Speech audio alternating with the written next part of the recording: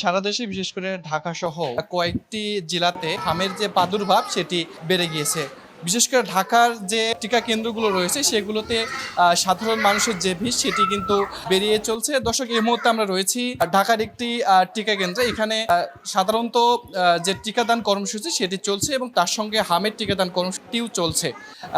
এখানে যারা দায়িত্বরত যারা কাউন্সিলর এবং ডক্টর যারা রয়েছেন তাদের থেকে আমরা জানার চেষ্টা করব যে এই কার্ডটির মাধ্যমে অভিভাবকরা কেমনভাবে জানতে পারবেন যে তাদের যে ছোট বাচ্চাকে টিকা দেওয়া হয়েছে কিনা। দর্শক, চলুন জেনে আসি এখানে যে কাউন্সিলর এবং ডক্টর যারা রয়েছেন তাদের কাছ থেকে।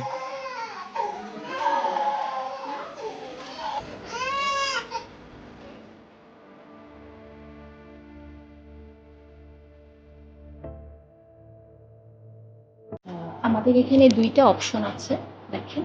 এটা হচ্ছে আমাদের ডিউ ডোজ আর এটা হচ্ছে গিভেন ডোজ।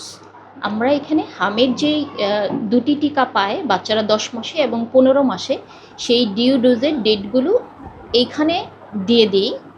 আর এখান থেকে এই ডেট অনুযায়ী বাচ্চারা যখন আসবে সময় মতো, তখন এই ডেটটা ফিল আপ হবে। তখন বুঝতে পারবেন অভিভাবক যে হামের টিকা দিয়েছেন কিনা। তারিখটা এখানে লেখা থাকবে, 10 মাসে একটা, 15 মাসে একটা।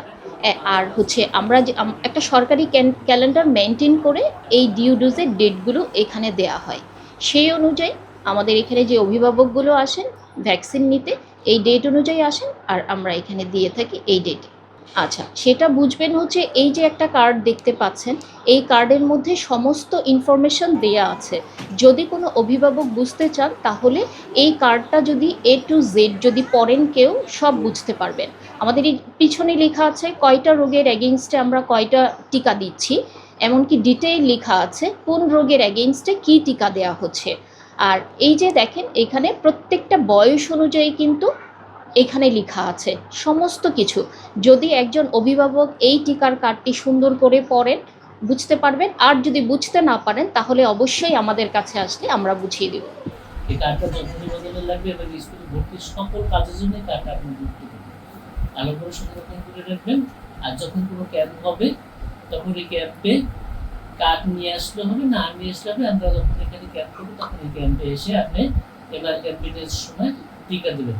আমাদের সরকার একটা সম্ভাব্য ডেট দিছে এপ্রিল মাসের 12 তারিখ, ঠিক আছে? 12 তারিখে যদি হয় আপনি সরাসরি এখানে এসে টিকাগুলি দিয়ে দেবেন, ওকে? আর বাচ্চাকে যদি কোনো র্যাশ বা কোনো হাম, জ্বর, এরকমের নাক দিয়ে পানি পড়ে বা এরকম কিছু হয়, তা আমাদের এখানে নবস্বাস্থ্য কেন্দ্রে প্রতিদিন সকাল 9টা থেকে 4টা মতো খোলা আছে।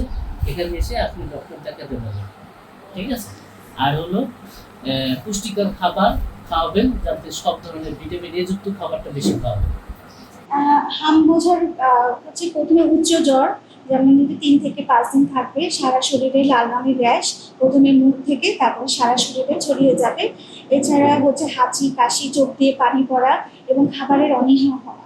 এগুলো যদি হয় তাহলে অবশ্যই ডাক্তারের কাছে যেতে হবে। হামের ক্ষেত্রে বড় ধরনের ঝুঁকি নাই, কারণ বর্তমানে আমরা ভ্যাকসিন দিচ্ছি। আর হচ্ছে তারাই ঝুঁকিপূর্ণ যেসব শিশুরা এখনো যারা 9 মাস পূর্ণ হয়েছে এবং 10 মাস যাদের 15 মাস যাদের পূর্ণ হয়েছে, সেসব শিশুরাই বেশি ঝুঁকিপূর্ণ। এর জন্য অবশ্যই তাদেরকে হামের টিকা দিতে হবে। সাধারণত হামের টিকা আমরা দিই হচ্ছে 9 মাস পূর্ণ হলে, মানে 10 মাসে প্রথম ডোজ দেওয়া হয় এবং সেকেন্ড ডোজটা দেওয়া হয় হচ্ছে 15 মাস পূর্ণ হলে, মানে 16 মাস পর।